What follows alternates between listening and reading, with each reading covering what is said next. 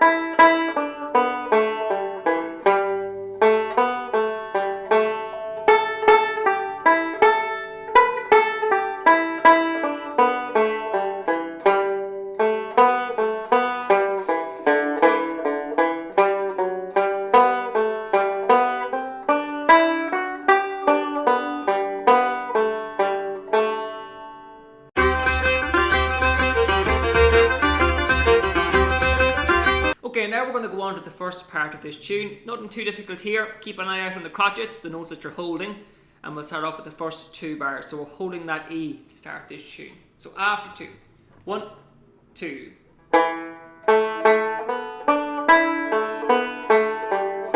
We'll try that again. After two, again holding that E. 1, 2.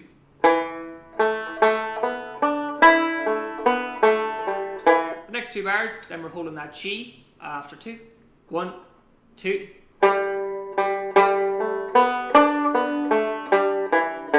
We'll try it again after two. 1, 2.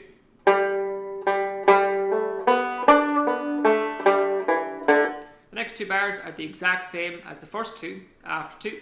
1, 2.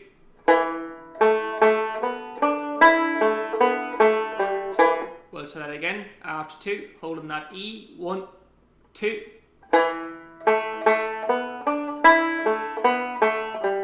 And the last 2 bars of the first part. After 2. 1, 2. And we'll try that again. After 2. 1, 2.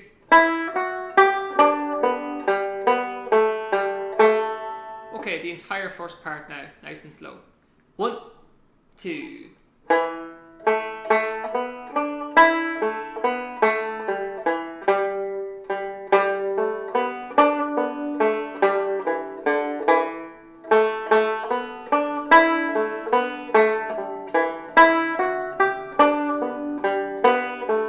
First part again.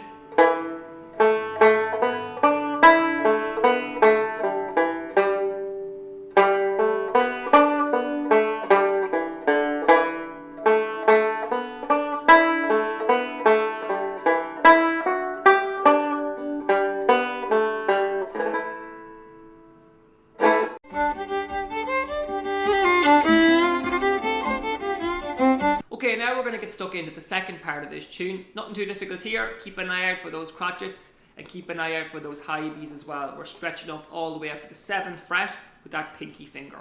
Okay, so the first 2 bars after 2. 1, 2.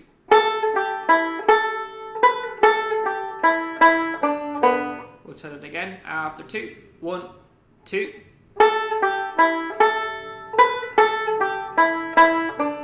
We'll try it again. Last time, just bear in mind, we're planting our 3rd finger on that high A and pivoting up to high B, keeping our 3rd finger on that high A as follows.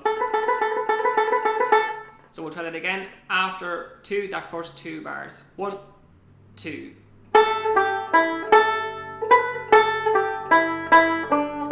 The next 2 bars then after 2. 1, 2.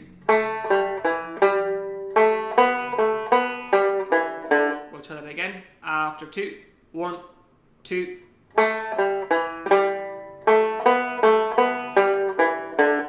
The next 2 bars then are the exact same as the first 2 bars of the second part. 1, 2.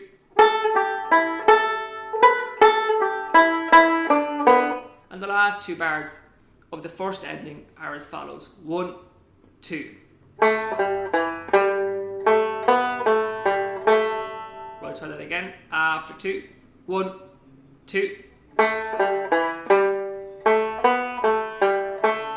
So the last 4 bars of the second part are different to the last 4 bars of the second part on the repeat. So the first time round you play the first ending, and on the repeat of the second part you play the second ending instead. So the first ending is as follows.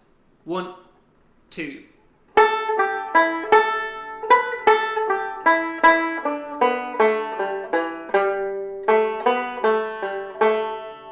Now we'll break down the second ending. So after 2. 1, 2.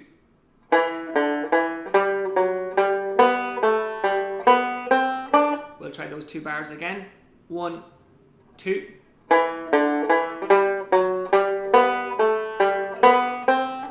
And the last 2 bars then after 2. 1, 2. And again the last 2 bars of the second ending are the same as the last 2 bars of the first part. After 2. 1, 2. Okay, now we'll play the entire second part. The first time round, we're going to play the first ending, which is 4 bars long. On the repeat of the second part, we're going to play the second part again, but the second ending, which is a different 4 bars to finish off the tune. So after 2. 1, 2.